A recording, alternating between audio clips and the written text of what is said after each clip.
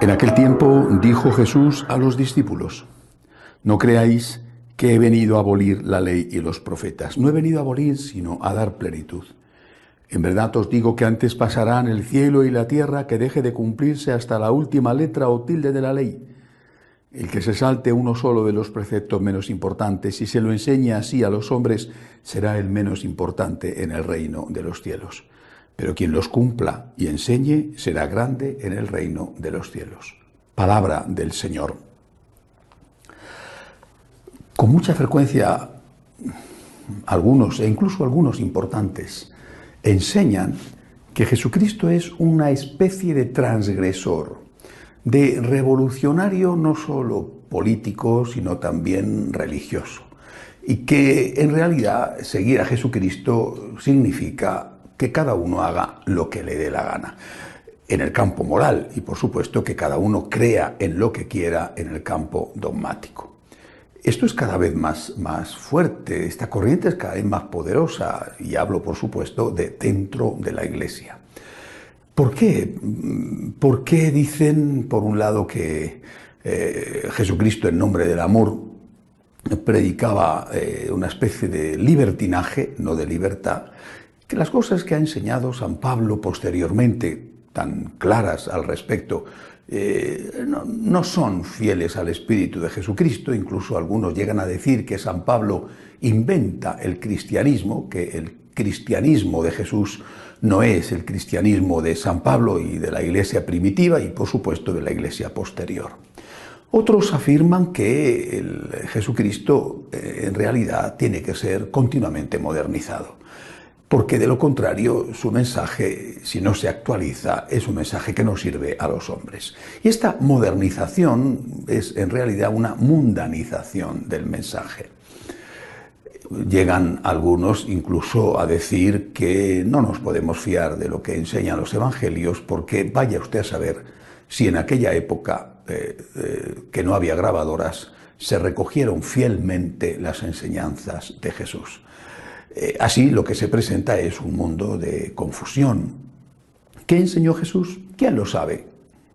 En el caso de que enseñara lo que dicen que enseñó, todo lo que dicen que enseñó, o una parte de lo que dicen que enseñó, en ese caso, incluso en ese caso, habría que ponerlo al día, habría que actualizarlo y modernizarlo, y por lo tanto eso, en el mejor de los casos, es solo un punto de referencia, pero no una ley que tengamos que cumplir.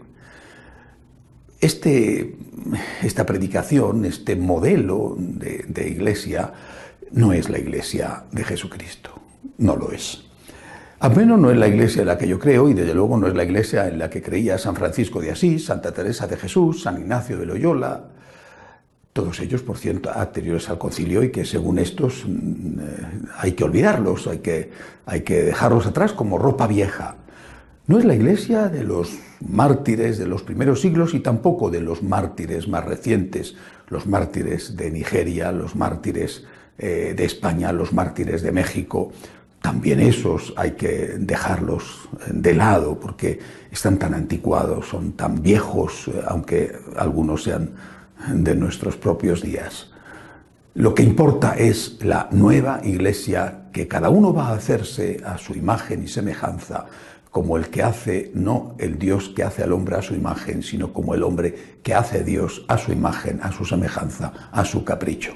La nueva iglesia sería la iglesia que el mundo aplaude, no la iglesia fiel al Señor, que repito, vaya usted a saber, según estos, si existió y en el caso de que existiera, si lo que enseñó fue lo que dicen que enseñó. En cambio, otros preferimos escuchar las palabras de Jesús, incluso estas: he venido a dar plenitud a la ley, no a derogar la ley. A dar plenitud significa que, por ejemplo, es más importante el hombre que el sábado, pero no significa que no haya que respetar los 10 mandamientos.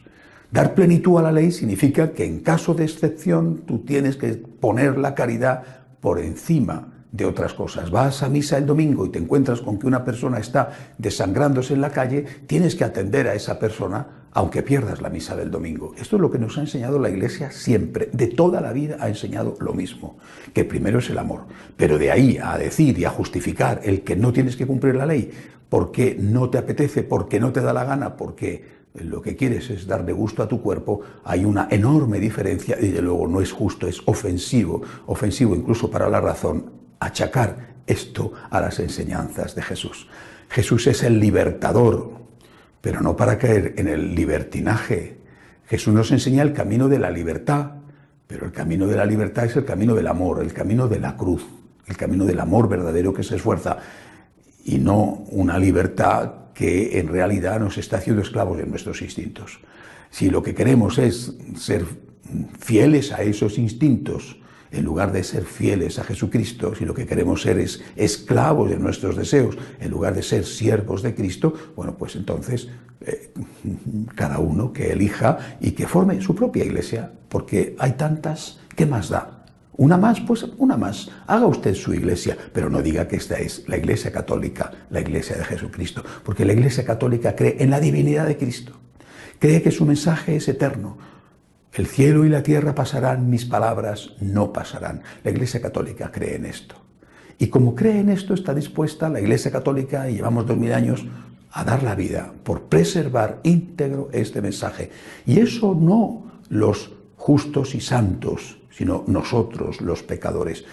Nosotros los pecadores estamos dispuestos a dar la vida por este mensaje de Jesús, incluso aunque no seamos capaces, por desgracia, de cumplir íntegramente este mensaje. Que Dios nos ayude a ser fieles, a no manipular el mensaje de Cristo, a poner Cristo y sus enseñanzas por encima de nuestros caprichos. Que así sea.